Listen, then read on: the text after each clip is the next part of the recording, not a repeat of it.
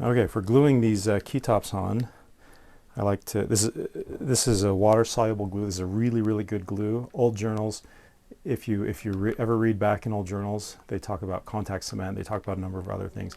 Those are terrible. They don't work. They pop off like every time. PVC e-glue, which is the stuff that's specifically, it's also marketed as Keytop glue by the piano supply houses. It's the real deal. It works well. It dries rubbery and it's solid.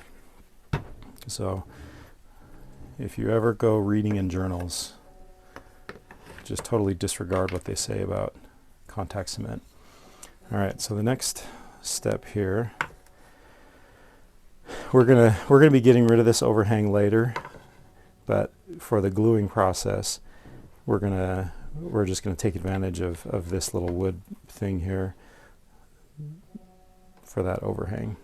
All right, we're gonna keep the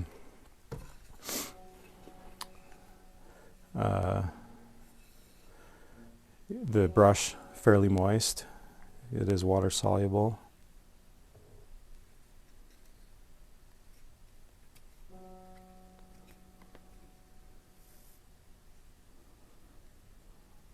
You'll probably want to go in and clean this out so it's not a pain to use. So after this video, you can clean it out, but that's about right.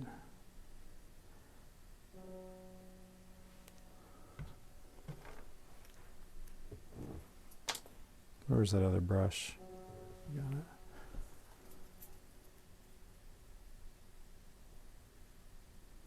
So why do you brush it on there?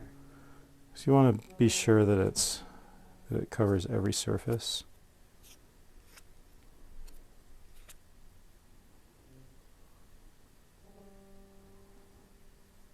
That it's just totally saturated, I guess.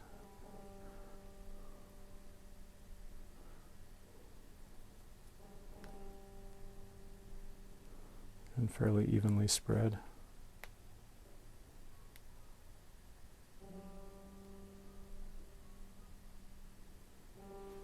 I'm going to keep the brush in there. Otherwise it kind of gets like gummy and it just loses its effectiveness.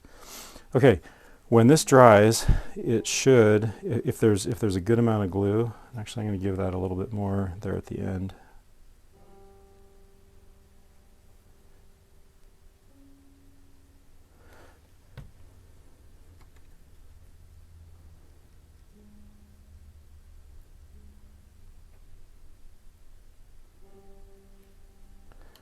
If there's a good amount of glue, the correct amount of glue,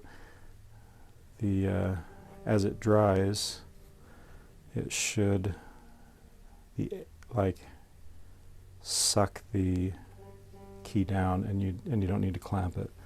Just make sure that your front is on there. Everything's nice and square.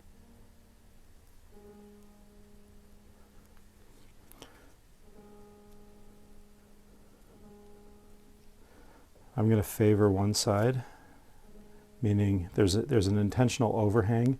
These keys are intentionally too big for every set of keys, because not all keys are, well, no set of keys is manufactured exactly the same. So they're intentionally too big with the knowledge that the person that covers them is going to come back and trim them later. So in order to minimize trimming, I'm going to line it up to this side here so that this is already lined up. So the only side that we're going to have to trim is over here. Okay.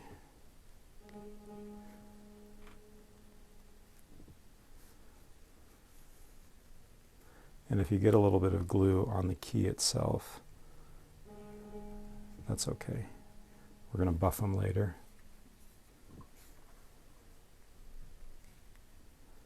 So we'll clean all that off.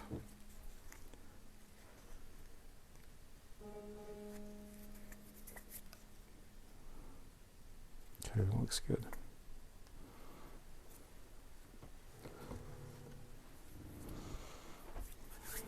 Just want to make sure that there's no wood sticking out underneath here, that the Keytop is, the plastic is covering all of the wood.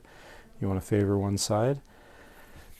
If you have some kind of popping out there, that's okay. Although,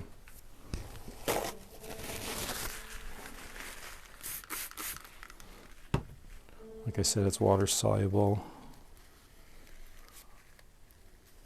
so it's not a bad idea to have a wet paper towel just ready to go to kind of wipe that down as you go. Okay, so again, to emphasize the things that you're watching out for, keep this in here. Lots of glue, lots of coverage. You don't need to clamp it. Favor one side to minimize trimming later on down the road. No wood showing.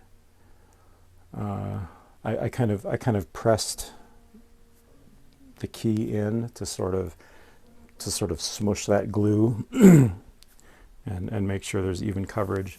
And like I said a minute ago, as the glue dries, the moisture kind of leaves and it sort of sucks the key down, and it should be a nice good solid bond without actually having to clamp it. Save you some time.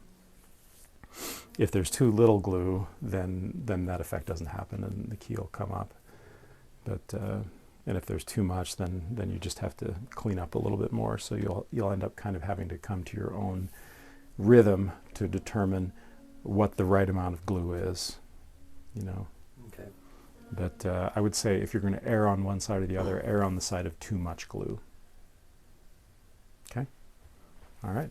And then production mode, 51 more times.